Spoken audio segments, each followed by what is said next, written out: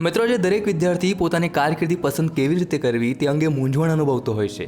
કોઈવાર મળતી સલાહો કે બીજાના કહેવાથી કદાચ જો તમે કોઈ કારકિર્દી પસંદ કરી તો માત્ર અફસોસ રહી જતો હોય છે.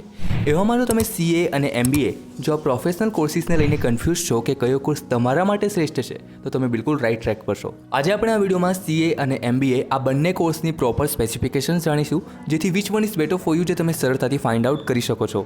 નમસ્કાર મિત્રો, હું છું હર્ષ તમારી સાથે અને સ્વાગત કરું છું આપ સૌનું બાપા ક્લાસીસમાં. આ સાથે જો તમે આ ચેનલને ફર્સ્ટ ટાઈમ વિઝિટ કરો છો તો ચેનલ જરૂર સબસ્ક્રાઇબ કરો, જેથી આવા જ કારકિર્દીલક્ષી વધુ વિડીયોઝની અપડેટ તમને મળતી રહેશે. તો મિત્રો, સૌપ્રથમ વાત કરીએ CA વિશે. તો CA અર્થાત ચાર્ટર્ડ એકાઉન્ટન્ટ જે ખૂબ જ રિસ્પેક્ટેડ પ્રોફેશનલ કોર્સ છે. જો કોઈને ખબર પડે કે તમે CA છો તો તેમનો તમને જોવાનો દૃષ્ટિકોણ બદલાઈ જશે. એક CA ને ઘણી બધી ઓથોરિટીવ્સ પાવર મળે છે અને CA ના સિગ્નેચરની પણ ઘણી બધી વેલ્યુ હોય છે. ભારતમાં સ્ટેચ્યુટરી ઓડિટ ફક્ત એક CA જ કરી શકે છે. ઇવન એક CA ક્યારે અનએમ્પ્લોયડ રહેતો નથી. આફ્ટર CA કોર્સ તમને હાઈ જોબ સિક્યુરિટી મળે છે અને તમે પોતાની CA ફર્મ પણ ઓપન કરી શકો છો. મિત્રો, અહીં એક CA બનવા માટે કોઈ પણ પ્રકારની રિઝર્વેશન સિસ્ટમ નથી હોતી. તમે માત્ર પોતાની મહેનત અને ડેડિકેશનથી CA બની શકો છો. વાત કરીએ CA કોર્સ અને તેના ડ્યુરેશનની, તો CA કોર્સમાં તમને ફાઇનાન્શિયલી લોકોને ગાઈડ કરવું, એડવાઇસ આપવી, business account, tax, bank audit અને ફાઇનાન્શિયલ સેક્ટરથી રિલેટેડ દરેક કાર્ય વિશેનું નોલેજ આપવામાં આવે છે.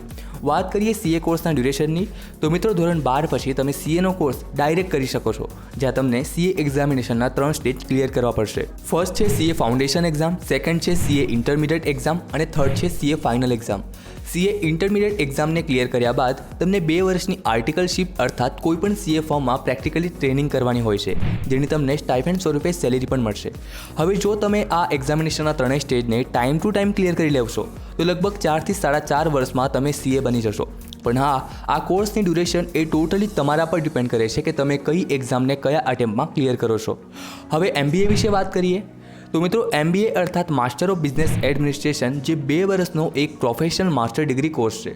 આફ્ટર ગ્રેજ્યુએશન તમે પોતાના ઇન્ટરેસ્ટ પ્રમાણે કોઈ પણ ફિલ્ડમાં MBA કરી શકો છો, જેમાં તમને મેનેજમેન્ટ, લીડરશિપ સ્કિલ અને પ્રેઝન્ટેશન સ્કિલ જેવી અનેકો સ્કિલ શીખવા મળશે. પણ અહીં MBA અર્થાત આપણે MBA ઇન ફાઇનાન્સ લઈશું, કારણ કે આપણે તેને CA કોર્સ સાથે કમ્પેર કરી રહ્યા છીએ.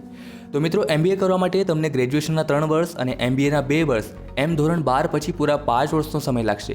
બીજી વસ્તુ કે MBA કરવાનો ફાયદો એ પણ છે કે MBAમાં પાસિંગના ચાન્સીસ ઘણા બધા હોય છે as compare to CA course.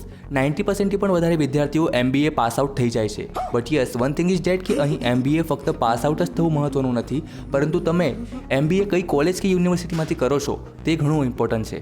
હવે ડેફિનેટલી MBA માટે પ્રીમિયમ કોલેજમાં એડમિશન લેવું એ મુશ્કેલ હોય છે, પરંતુ એકવાર MBAમાં એડમિશન મળી ગયું તો MBA તમે ઇઝીલી કરી શકો છો. જ્યારે CAની વાત કરીએ તો તમને CA એક્ઝામિનેશનના 3 સ્ટેજને સ્ટેપ બાય સ્ટેપ ક્લિયર કરવાના રહેશે. CAમાં કેટલાક વિદ્યાર્થીઓ અસફળ પ્રયાસો બાદ CAને ડ્રોપ આઉટ પણ કરી દે છે, જ્યારે MBAમાં આવા કેસીસ નહિવત બરાબર હોય છે. હવે બંને કોર્સ માટે કોલેજ અને ફીસ વિશે વાત કરીએ, તો મિત્રો હું તમને જણાવી દઉં કે CA માટે કોઈ પણ પ્રકારની કોલેજ નથી હોતી. CAનો કોર્સ એ ICAI અર્થાત the institute of chartered accountants of India દ્વારા લેવામાં આવે છે. ધોરણ 12 પછી તમે ICAIમાં પોતાનું રજિસ્ટ્રેશન કરાવી CA એક્ઝામિનેશનના દરેક સ્ટેજની સ્ટેપ બાય સ્ટેપ એક્ઝામ આપી શકો છો.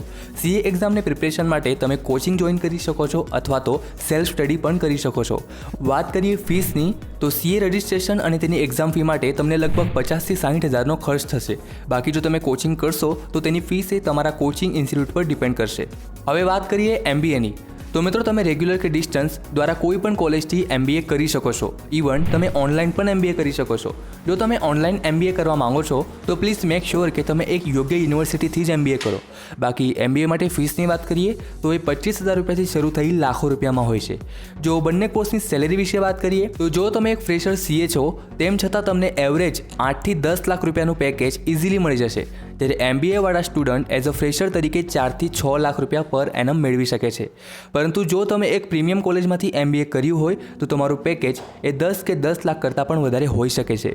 હાલ ભારતમાં લગભગ 4 લાખ જેટલા CA છે, જ્યારે MBA પ્રોફેશનલ આનાથી ખૂબ જ વધારે છે. ભારતમાં ઘણી બધી MBA કોલેજ છે જ્યાં તમે MBA કરી શકો છો, જ્યારે CA એ ફક્ત ICAI આ એક જ સંસ્થા બનાવે છે. So finally choice is your કે તમારે શું કરવું છે, CA, MBA કે પછી CA+ MBA. બાકી CA અને MBAના સ્પેસિફિક વિડીયો તમે અહીં ક્લિક કરીને જોઈ શકો છો. આ સાથે જ કરીએ વિડીયોની સમાપ્તિ. ફરી મળીશું કારકિર્દી સંબંધિત એક નવી માહિતી સાથે. ત્યાં સુધી જય શ્રી કૃષ્ણ.